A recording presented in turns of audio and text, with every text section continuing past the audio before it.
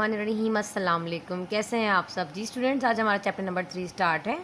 इसकी एक्सरसाइज 6.1 करेंगे, algebraic expression and formulas.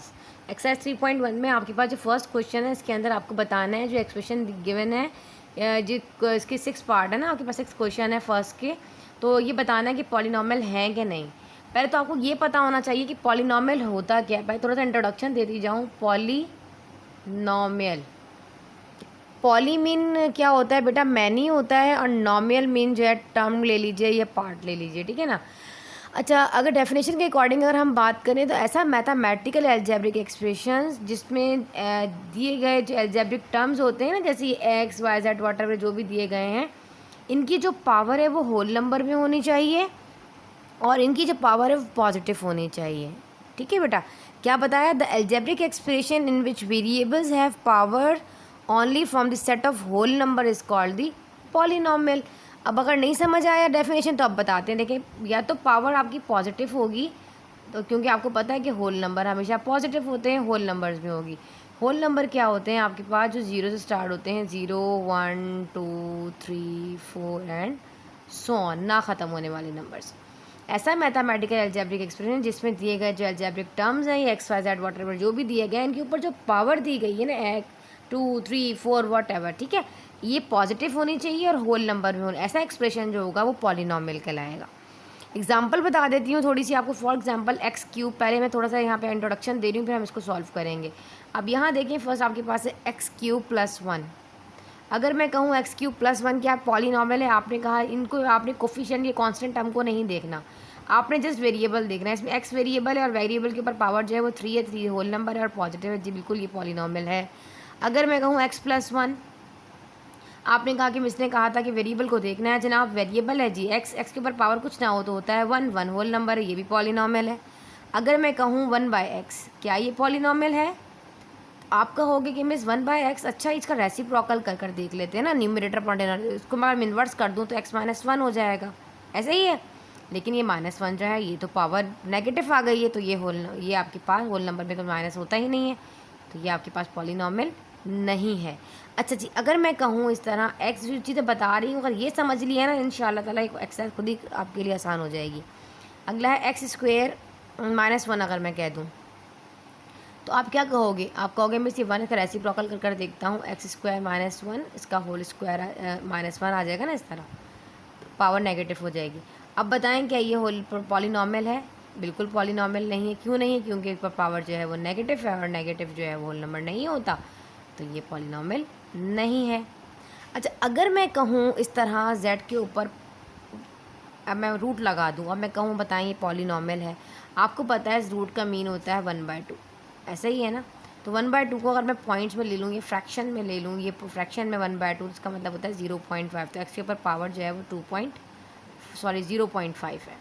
तो 0.5 तो आपके पास जो है बेटा क्या है? एक डेसिमल नंबर है, और हमें तो होल नंबर में 0 to 4 इनफाइनाइट नंबर्स चाहिए होते हैं जो नेगेटिव ना हो, पॉजिटिव हो, तो ये भी पॉलिनॉमियल नहीं है।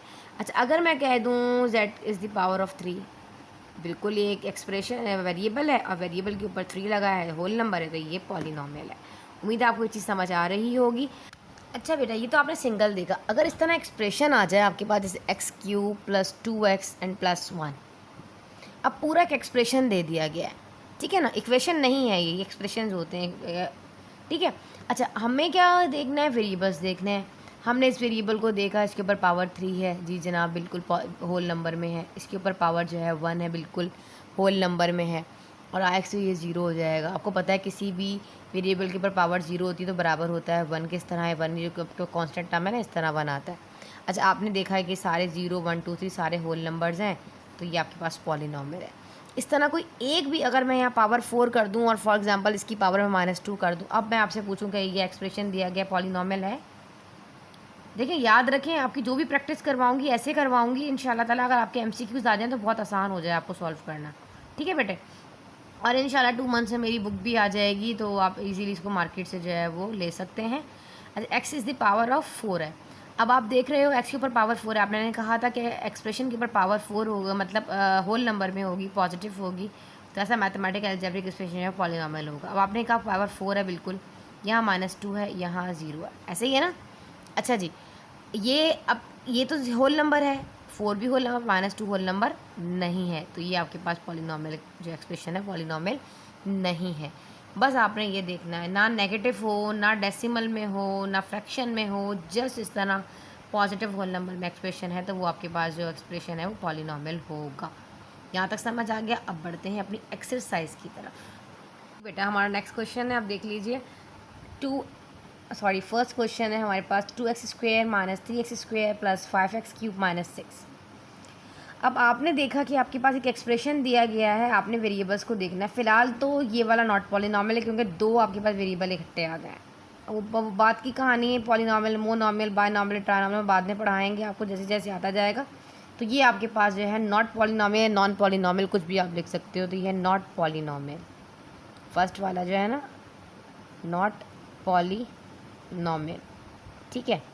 अच्छा जी, सेकंड देख लेते हैं। 3x² (−2) हमने क्या कहा था, होल नंबर में होगी और पॉजिटिव होगी, ये तो नेगेटिव है, ये भी आपके पास नॉट पॉलिनॉमियल है, सेम, ठीक है। थर्ड देख लीजिए, 6x² - 10x + x - 45। हमें इससे कुछ लेना देना नहीं है कि ये आपके पास है, रूट में वैल्यूज़ है, हमें एक्सप्रेशंस को देखना है। यहाँ एक्सप्रेशन में देखिए वेरिएबल है ना, x² है, यहाँ पर x है और यहाँ पर x है। इसके पास भी पावर 1 है, इसके पास भी पावर 1 है, इसके पास पावर 2 है। बिल्कुल ये आपके पास तीनों जो है वो पॉजिटिव हैं और होल नंबर्स में हैं, तो ये आपके पास पॉलिनॉमियल है। थर्ड वाला जो है वो आपके पास पॉलिनॉमियल है। आप अपनी बुक के अंदर जो टिक मार्क करते जाएं। क्वेश्चन नंबर 4 देख लीजिए। अब मैंने क्या कहा था आपके पास, यहाँ पे हमने इसलिए इसको इग्नोर कर दिया क्योंकि ये आपके पास 45 जो कांस्टेंट टर्म दे दिया गया है, इसको मैं नहीं देखना कि बराबर में कोई वेरिएबल नहीं है। लेकिन यहाँ पर जो अंडर रूट है, रूट जो है वो x के ऊपर है। हमें पता है कि अगर किसी भी रूट के ऊपर, मतलब x के ऊपर अगर रूट मौजूद है, किसी भी वेरिएबल के ऊपर रूट मौजूद है, तो वो 1/2 के इक्वल है। अभी पावर तो फ्रैक्शन में आ गई और 1/2 का मतलब है 0.5 डेसिमल में आ गई।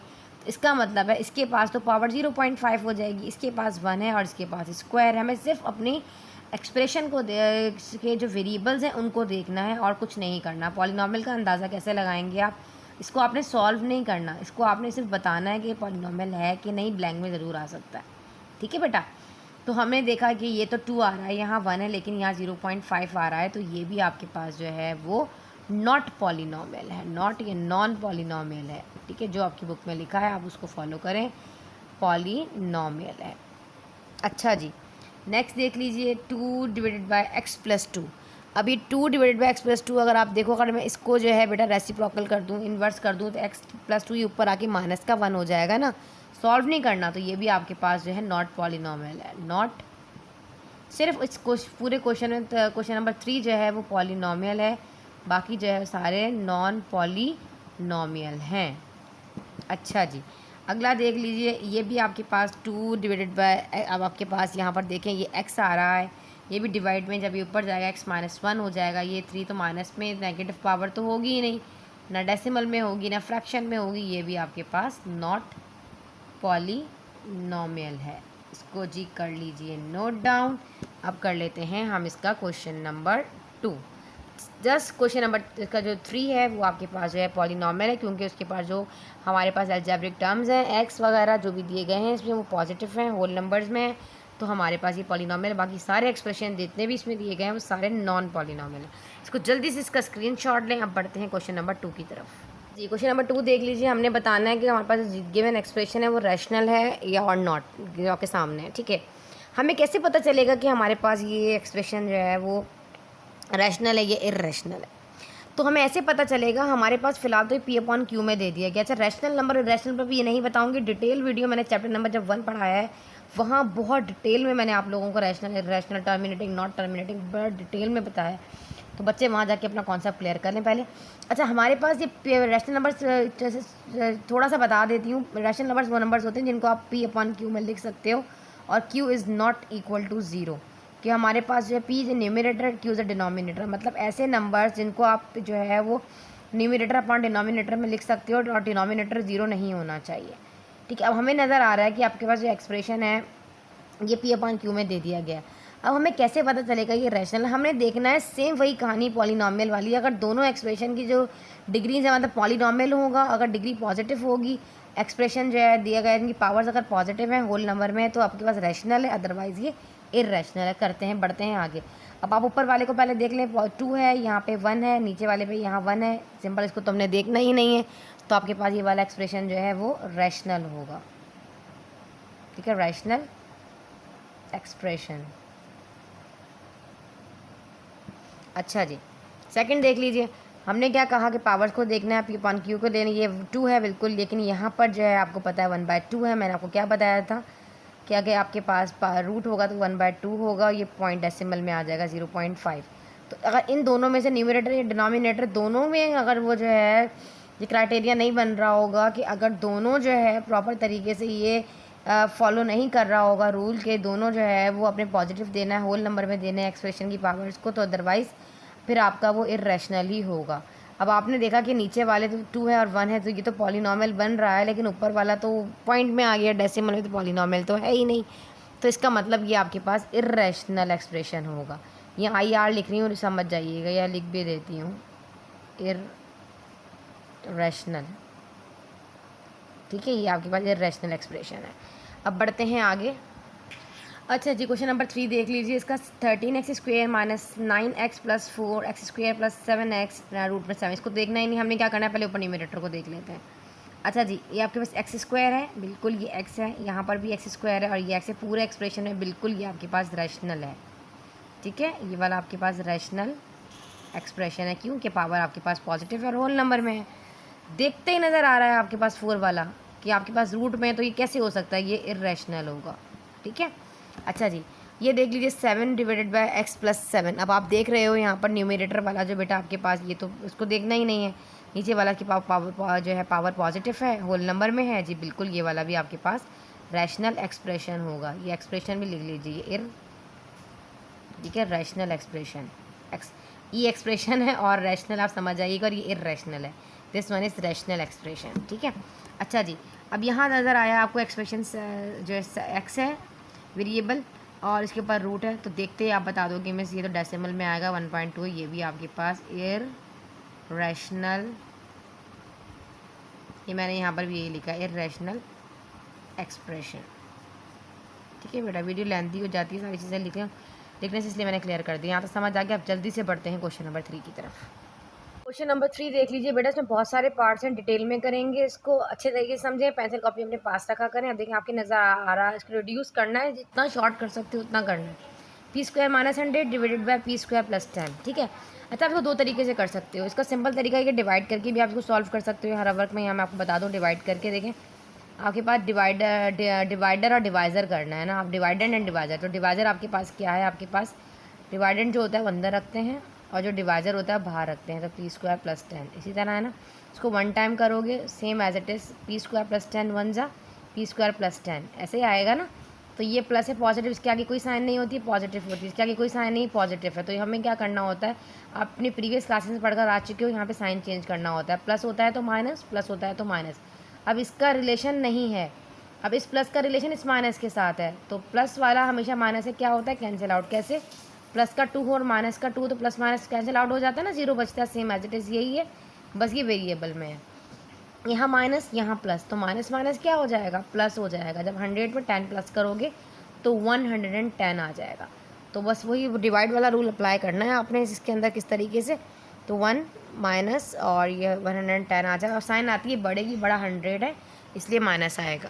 देखिए बेटा, साइन बड़े की आती है और यहाँ पे 100 जो है वो आपके पास बड़ा है, इसके पास माइनस की साइन लगी है, इसलिए -110 आएगा। और यहाँ पर आ जाएगा आपके पास p² प्लस 10, इसी तरीके से ना ये। अच्छा जी, ये होल हो जाएगा और ये 1/-110 डिवाइडेड बाई p² प्लस, इसी तरह भी कर सकते हो। इसका और मेथड एक और भी है, सेकंड मेथड भी मैं आपको बता देती हूँ, वो भी है, जो आपको आसान लगे आप उस मेथड से करें। ये आसान लगता है, ये करने ज़्यादा आसान है, बस रिड्यूस करना है, जिस तरीके से मर्जी करें, शॉर्ट से शॉर्ट आपने इसको जो है वो करना है। अच्छा जी, नेक्स्ट क्वेश्चन इसी वाला क्वेश्चन अभी मैं करने बता रही हूँ आपको। आपने करना क्या है बेटा, यहाँ पर आपके पास p² माइनस 10 है ना, आपने लिखा जी p², ठीक है, आपने क्या करना है, यहाँ पर p² प्लस 10 और -100 same as it is question में, और -10 लेना है। ये ऐसे वाला ही मेथड होता है, या p² प्लस 10। अच्छा, अब यहाँ पर क्या करना पड़ेगा आपको, ज़ाहिर है अब आपके पास जो है बेटा जो सेम वेरिएबल्स हैं पहले सॉल्व कर लेते हैं। चलो इसको थोड़ा सा और शॉर्ट कर देती हूँ मज़ीद। आपने क्या करना है, इसको आप कर लीजिए यहाँ पर शॉर्ट।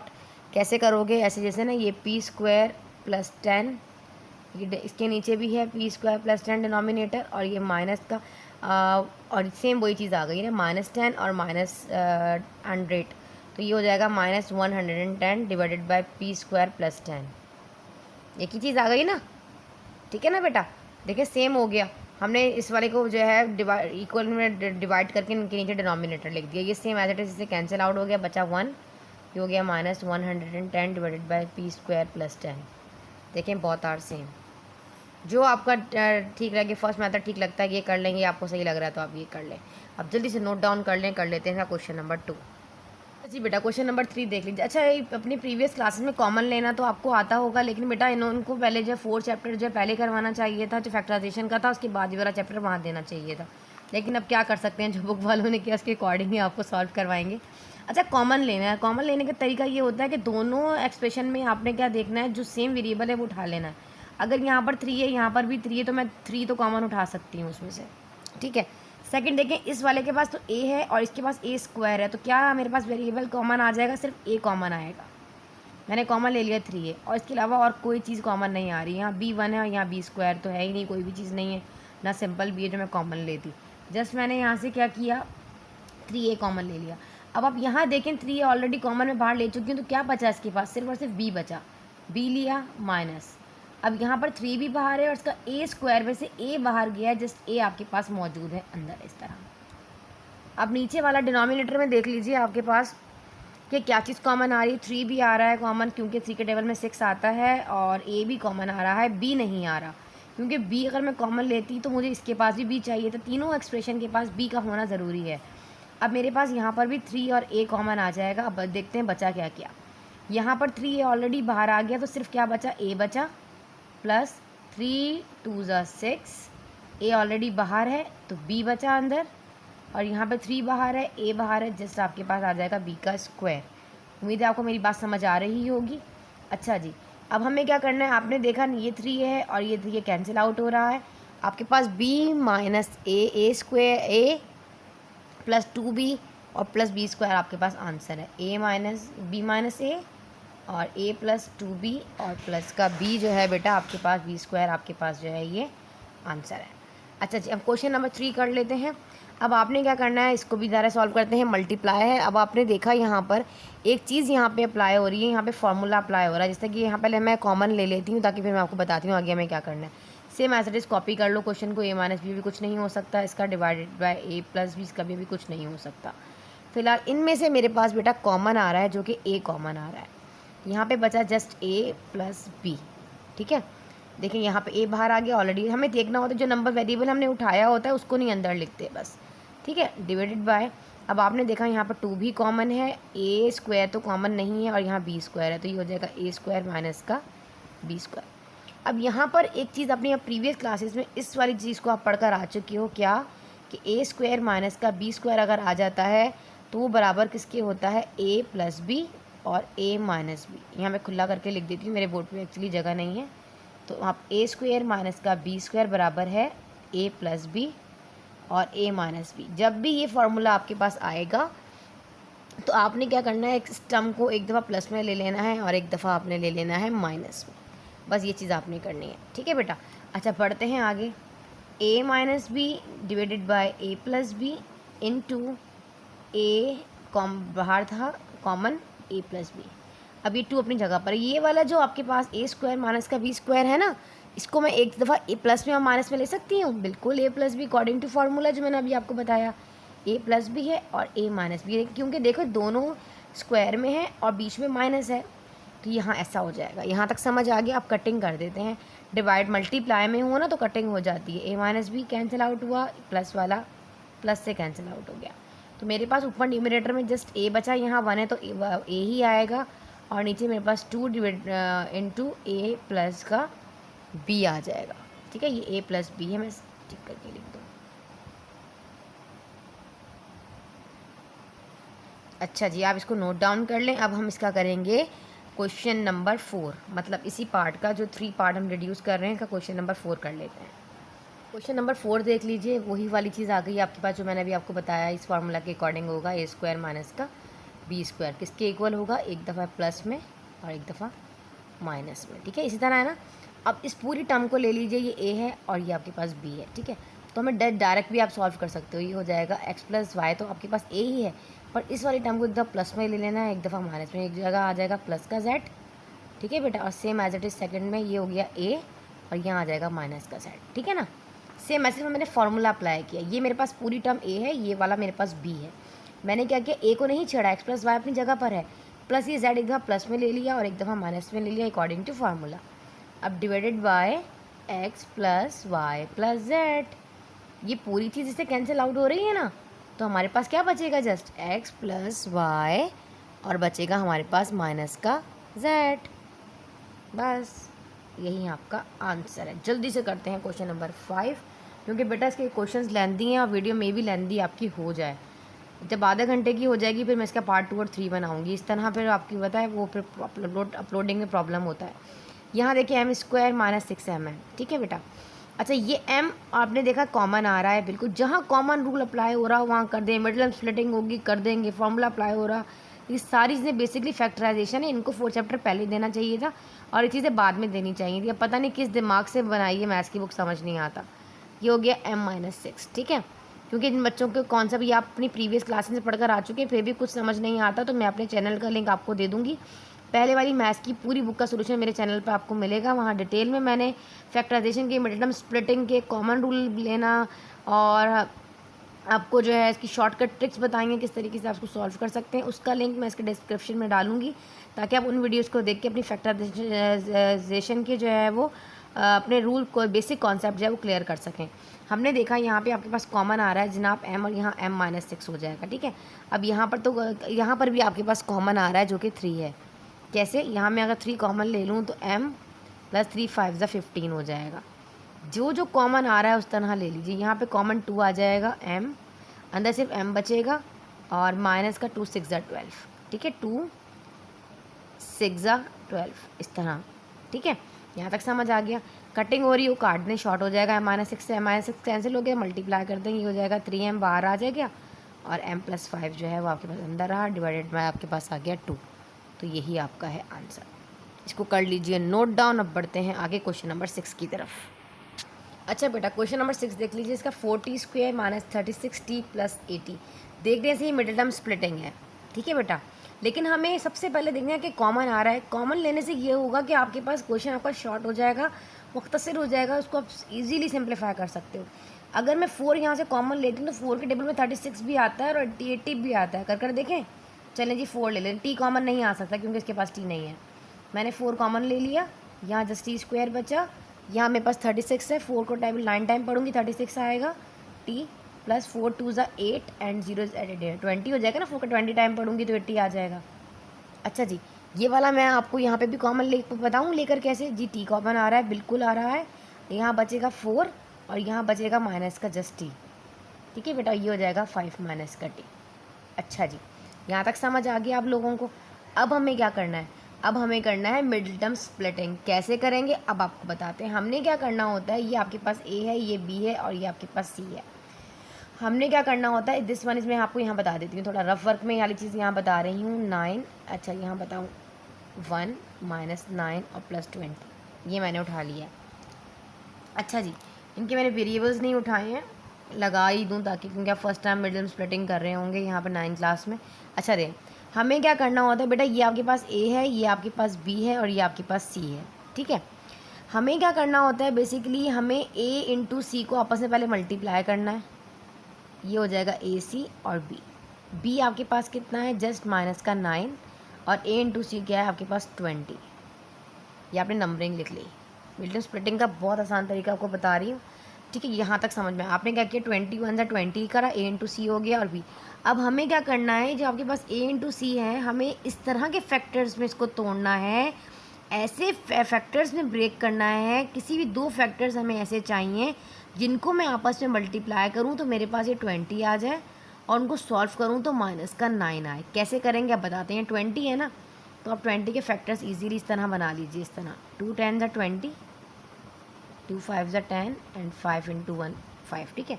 तो ये आपके पास 2 इंटू 2 इंटू 5 जो है आपके फैक्टर्स आ गए। अब आपने क्या किया, अगर मैं इनको 2 इंटू 2 करूँ तो ये 4 होता है और ये 5 है, ऐसे ही आ गया। 4 को 5 से मल्टीप्लाई अगर मैं करती हूँ तो मेरे पास 20 आता है, जो कि ए इंटू सी है, बिल्कुल 20 आ रहा है। और अगर इन्हीं दो नंबर्स को मैं आपस में -4 और -5 देके सॉल्व करती हूँ तो मुझे माइनस का 9 चाहिए, तो माइनस का 9 भी आता है, ठीक है। इन्हीं दो फैक्टर्स को आपस में मल्टीप्लाई करने पे देखें, अगर देखा जाए तो मेरे फैक्टर्स यहीं आ गए हैं, लेकिन ये बहुत अच्छी प्रैक्टिस पे बेस करता है ये चीज़। लेकिन आपको मैं स्टेप बाय स्टेप बताऊंगी कि किस तरह करना। जब ये चीज़ करना आ जाएगी, मिड टर्म स्प्लिटिंग की भी एक मैं शॉर्टकट ट्रिक आप लोगों के साथ शेयर करूँगी, सीखिए, डिस्क्रिप्शन में ज़रूर जाया करें बेटा, वहाँ जाके मेरे चैनल की तमाम वीडियोज़ को फॉलो करें। इंशाल्लाह ताला आपको mid term splitting, common rule को फॉर्मूला अप्लाई करना, फैक्टराइजेशन को बहुत ईजी बना दिया, आपके लिए हलवा बना दिया है। जिन बच्चों को फैक्टराइजेशन मुश्किल लगती है, फार्मूला मुश्किल लगते हैं, इंशाल्लाह उनके लिए बहुत आसान हो जाएगा। यहाँ तक समझ आ गया। माइनस में क्या करना है, आपस में मल्टीप्लाई करें तो मेरे पास ए इंटू सी आए, जो कि फैक्टर 20 आए, और आपस में सॉल्व करूँ तो माइनस का 9। दोनों ये दोनों फैक्टर जो सेटिस्फाई कर रहे हैं, कौन सा, एक 4 और 5। कैसे कर देखते हैं, यहाँ पर देखें जी, 4 टी स्क्वायर अपनी जगह पर है। इस -9 को मैंने किस में ब्रेक किया, यहाँ। और एक और बात याद रखें, जो यहाँ साइन आती है ना बेटा, याद रखें जो फैक्टर्स आपने ब्रेक किए होते हैं ना, वो ही साइन यहाँ आती है। हमने क्या करा है, इस वाले -9 को ब्रेक करना है किसी भी दो फैक्टर्स में, जिनको मैं आपस में मल्टीप्लाई करूँ तो मेरे पास ये प्रोडक्ट 20 आए, और सॉल्व करूँ तो -9 आए। मैंने यही यहाँ पर किया है, ठीक है बेटा। अब मैंने क्या किया, यहाँ पर मेरा एक फैक्टर 4 आया और एक 5 आया, तो मैं 4t और -5t लिख सकती हूँ इस -9t की जगह पर, क्योंकि मैंने इसको ब्रेक किया है, ठीक है। ध्यान से सुन देखिएगा ये चीज़, बाकी 20 अपनी जगह पर है। जस्ट मैंने इस -90 को ब्रेक कर दिया है 2 पार्ट्स में, 2 फैक्टर्स में, एक -40 और -5t। याद रखें यहाँ पर जो साइन होती है यहाँ पर वही साइन आती है, और ये साइन डिसाइड करता है कि यहाँ प्लस आएगा कि माइनस आएगा। अगर मैं यहाँ पे प्लस का 5t रखती तो प्लस माइनस माइनस का 1t आता, लेकिन मेरे पास तो यहाँ पर 9 है, तो उसूलन मुझे यहाँ पर माइनस ही रखना पड़ेगा, क्योंकि माइनस माइनस तो प्लस होता है। करने पर +9 आएगा, लेकिन साइन बड़े की आएगी, बड़ा जो है 5 है और उसके पास माइनस लगा है, तो ठीक लगाया। और अगर मैं यहाँ पर प्लस भी क्यों लगाती, मुझे यहाँ पे प्लस का 20 भी तो मल्टीप्लाई करने पे चाहिए था। अगर एक जगह माइनस रखती तो ये माइनस का 20 भी तो हो जाता ना। उम्मीद है समझ आ रहा होगा। अच्छा, अब क्या करना है, नीचे वाला इस तरह ही लिख लीजिए, 4 - t और 5 - का t। अच्छा जी, अब हमने क्या करना होता है बेटा, पहले 4 बाहर वाला ऐसे रखें, इसमें से हमने कॉमन लेना है, इसमें से मज़ीद कॉमन आ रहा है, जो आ रहा है t, यहाँ बचेगा t, इसको मैं ले लूँगी स्क्वायर ब्रैकेट इस तरह। अच्छा जी, ये हो जाएगा t माइनस का 4, यहाँ पर क्या कॉमन आ रहा है इन दोनों में, माइनस का 5 कॉमन उठा लेती हूँ, t प्लस माइनस माइनस 5 4 ज़ा 20। ये भी देखना होता है, इस वाली साइन से ये साइन भी जो है वो चेंज हो जाती है, ठीक है ना। अच्छा जी, तो अब आपने देखा कि अंदर दोनों फैक्टर्स अगर आपके सेम आ रहे होंगे तो उसका मतलब आपने मिड टर्म स्प्लिटिंग का बिल्कुल ठीक किया है, फैक्टर्स बिल्कुल ठीक बनाए हैं। नीचे है 4 - t और 5 - t। अच्छा, बाज़ दफ़ा क्या होगा, बाज़ टीचर्स क्या करेंगे बेटा, इसको मज़ीद सॉल्व करने के लिए यहाँ पर कॉमन लेंगे, क्योंकि हमें सिंप्लीफाई करना है, इसको रिड्यूस कर देना है।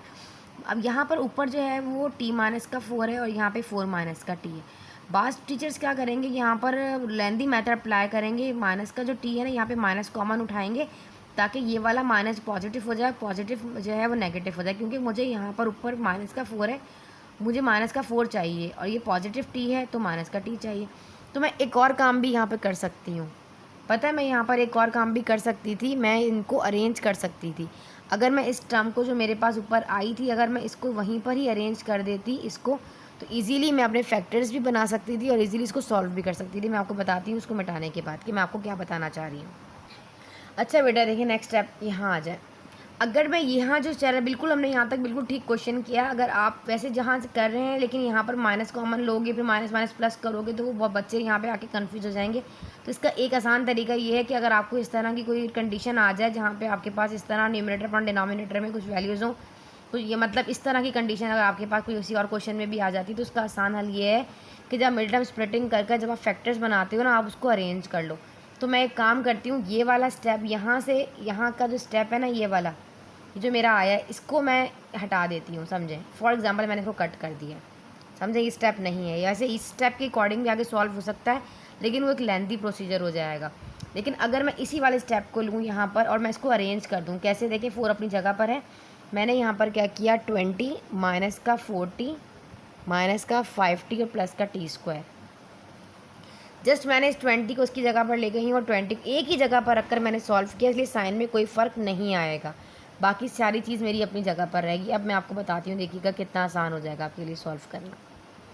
आपके स्कूल में टीचर्स ने भी इसी तरीके से करवाया होगा, बाद में नीचे माइनस और कॉमन लेकर करवाया होगा, एक लेंथी प्रोसीजर, इसलिए यहाँ तक भी अगर आप करते हो इसके आगे भी सॉल्व कर सकते हो, कोई प्रॉब्लम नहीं है। लेकिन एक ईजी तरीका, इसका ईजी वे यही है कि आप इस वाले मेथड को स्किप कर दीजिए, यहाँ से हटा दें।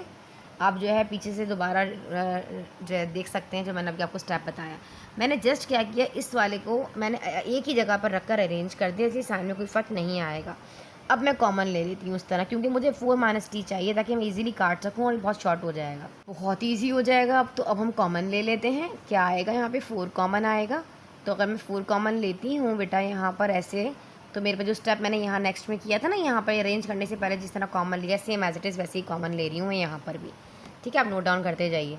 तो ये हो जाएगा आपके पास 4 कॉमन आ जाएगा बाहर, तो ये हो जाएगा 4 5 20 माइनस का 5, और यहाँ पे माइनस का 5 जब माइनस का t कॉमन आएगा तो अंदर बच जाएगा 5 माइनस का t, क्योंकि ये t² है, सिर्फ सिंपल 1t कॉमन आ रहा है, ठीक है ना। Curly bracket, flower bracket, sorry, और कर्ली बना ले, एक ही बात है। अच्छा 4 माइनस t और ये 5 माइनस, क्योंकि जब दो वैल्यूज एक साथ आ जाए तो उनको ज़ाहिर है एक और ब्रैकेट का अरेंज करना पड़ेगा ना, तभी नहीं तो मिक्स हो जाएगा।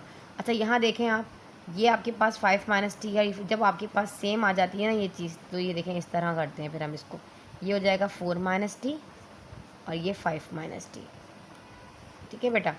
और नीचे है t 4 माइनस t और 5 माइनस का t, ठीक है। मिडिल स्प्लिटिंग वगैरह और शॉर्टकट ट्रिक की वे लिंक शेयर करूँगी, देख लीजिएगा, इंशाल्लाह कॉन्सेप्ट क्लियर हो जाएंगे। 4 माइनस t से 4 minus t cancel, 5 minus t से ये 5 माइनस t कैंसिल, तो ये हो जाएगा 4/t। यही आपकी बुक में आंसर है। जो तरीका बताया था सिंपल, इस तरह रखकर भी कॉमन लेकर भी, जिस तरह मैंने यहाँ पर कॉमन निकाला इस तरह यहाँ पर भी कॉमन लेकर फैक्टर्स बनाकर जो है वो सॉल्व कर सकते हो। लेकिन उसमें नीचे क्या होने वाला है वो एक अलग प्रोसीजर हो जाएगा, माइनस माइनस प्लस हो जाएगा ये वो। अगर आप कहते हैं तो मैं आपको इसको मिटाकर वो वाला तरीका भी बता देती हूँ, ताकि आप लोग देख लेंगे जो आपको ठीक लगे। फ़िलहाल आपने यहाँ तक देख लिया है कि ईजी था। बस मैंने क्या किया, इस वाले पर जो मेरे पास फैक्टर्स आए थे, इन फैक्टर्स को मैंने अरेंज कर लिया, क्योंकि मुझे नीचे 4 माइनस t चाहिए था। तो ये आसान तरीका होता है, अगर इस तरह की कंडीशन आ जाए तो आप कर सकते हो। अगर नहीं समझ आएगा तो मैं दूसरा वाला तरीका भी बता देती हूँ कि इसके बाद अगर ये तरीका जो मैंने आपको मिटाया है क्यों किया है, ठीक है, बता देती हूँ मैं आपको, ताकि कॉन्सेप्ट क्लियर हो जाए आपके। अच्छा बेटा, मैंने वीडियो बना ली और मैं प्ले करना भूल गई, बस रिकॉर्डिंग वो हुई नहीं, यहाँ सॉल्व कर दिया था, बता देती हूँ आपको। देखिए सेम एज इट इज़ जो मैंने यहाँ पे फैक्टर्स आपको बताए, सेम आपने फैक्टर लिया, अरेंज नहीं किया, पहले फैक्टर लिए, ठीक है। जो मैं आपको बता रही हूँ तरीका मुश्किल हो जाएगा। फिर आपने देखें t-4 कॉमन आ गया ना, ये t-4 दोनों में आया और t-5 आ गया, सेम एज इट इज़ यहाँ तक समझ आ गया। अब हमने क्या करना है, यहाँ पर आपके पास देखें ऊपर t-4 है और यहाँ पे 4 माइनस का t, ठीक है। तो हमें क्या करना है, हमें t-4 चाहिए, यहाँ पे 4 माइनस का t है, तो हमें क्या करना पड़ेगा, यहाँ पे बेटा अपने डिनोमिनेटर में माइनस कॉमन लेना पड़ेगा। जब मैं माइनस का कॉमन लूँगी तो मेरे पास ये जो 4 है ये माइनस हो जाएगा, और ये माइनस का t जो है प्लस का 4t हो जाएगा, ठीक है, प्लस का t हो जाएगा, सॉरी। यहाँ पर भी मैं माइनस जब कॉमन लूँगी तो मतलब अगर कोई भी चीज़ अपने प्लस या माइनस करनी तो आप माइनस कॉमन लेकर उसको नेगेटिव वाली साइन को पॉजिटिव और पॉजिटिव को नेगेटिव कर सकते हो। तो यहाँ 5 माइनस का हो जाएगा और माइनस का t पॉजिटिव हो जाएगा। अब ये माइनस माइनस आपस में प्लस t हो जाएगा, और सेम एज इट इज़ बस मैंने एक ही जगह पर रखकर एक ही ब्रैकेट में इनकी तरतीब बदल दी है, t इधर कर दिया और माइनस का 4 इधर कर दिया, और कुछ भी नहीं किया। ये इस तरह कैंसिल आउट हो जाएगा 4/t। अगर ये वाली माइनस वाली कहानी समझ नहीं आनी थी आपको, इस वजह से मैंने आपको कहा था कि आप इसको यहाँ पे अरेंज यहीं पर कर लें, ताकि आपके सेम एज इट इज़ ये वाले फैक्टर्स बन जाएं जो कि नीचे दिए गए हैं, 4 minus t and 5 minus t।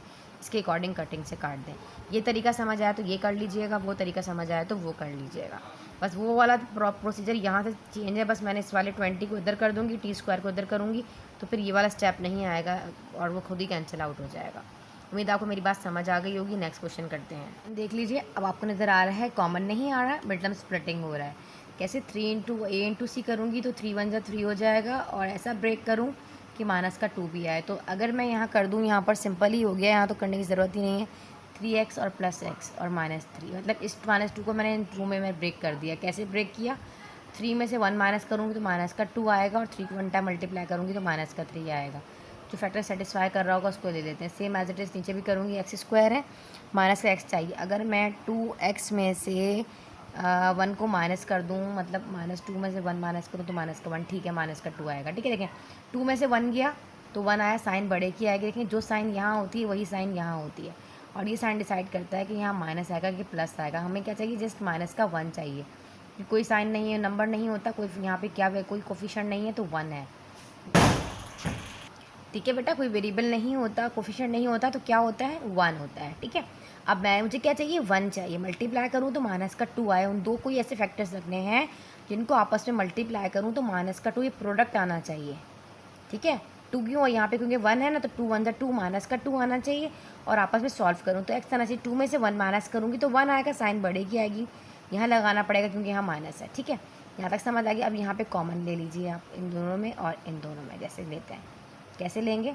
यहाँ पे आ जाएगा x कॉमन, हो जाएगा x माइनस का 3, और यहाँ पे क्या कॉमन आ जाएगा, जस्ट 1 कॉमन आ जाएगा, x माइनस का 3।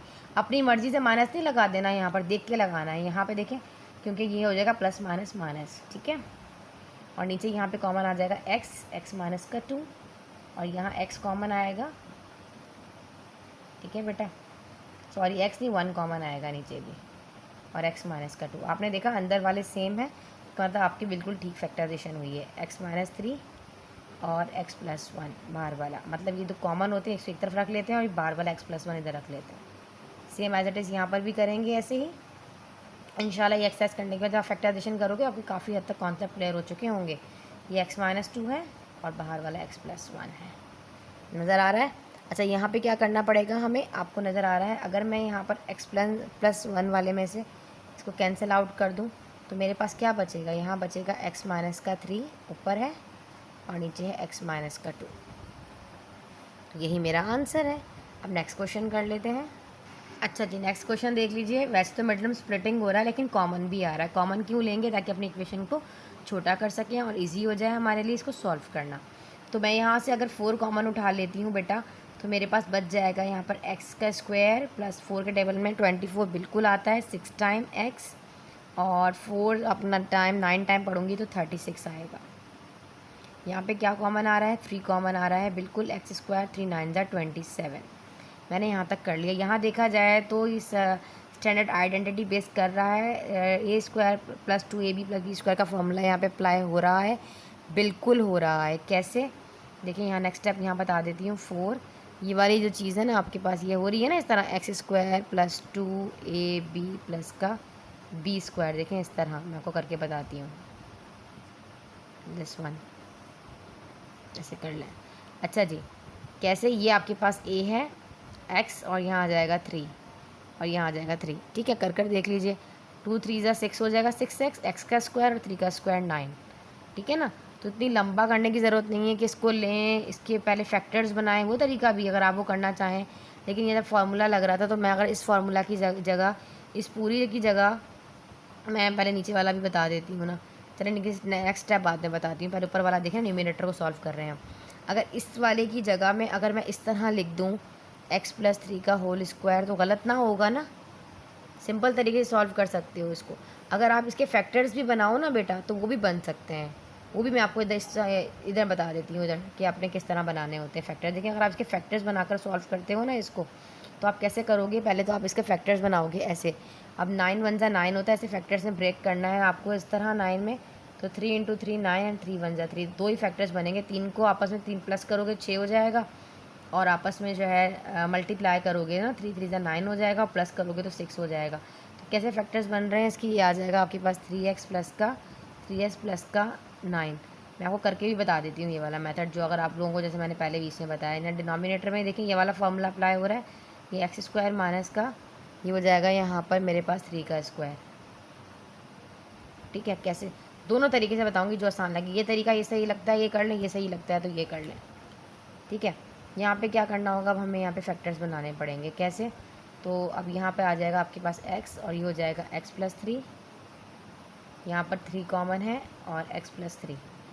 ठीक है ना, देखिए x कॉमन आ जाएगा यहाँ पर, तो ये हो 3 कॉमन आ जाएगा क्योंकि 3 के टेबल में 9 भी आता है। ये देखिए अब आपने देखा x+3 ये वाले फैक्टर्स कॉमन आ रहे हैं यहाँ पर, और डिवाइडेड बाय। अच्छा, एक और चीज़ यहाँ पर देखें, क्या बताया था आपको, जिस तरह ये वाला फॉर्मूला भी मैंने आपको बताया था पीछे, a² माइनस का b² किसके इक्वल होगा, a+b के और a-b के, इस तरह ही है ना, सेम एज इट इज़ वही चीज़ अप्लाई हो रही है। तो मैं इसको लिख सकती हूँ x+3 और x-3, ठीक है ना। अच्छा जी, अभी फ़िलहाल मैं इसको मिटा देती हूँ, ये वाला तरीका भी मैं आपको करवाती हूँ। पहले मैं इस तरीके से आपको कराती हूँ, जो आपको ठीक लगे आप उस तरीके से करें, बोर्ड पे जगह नहीं थी, ठीक है।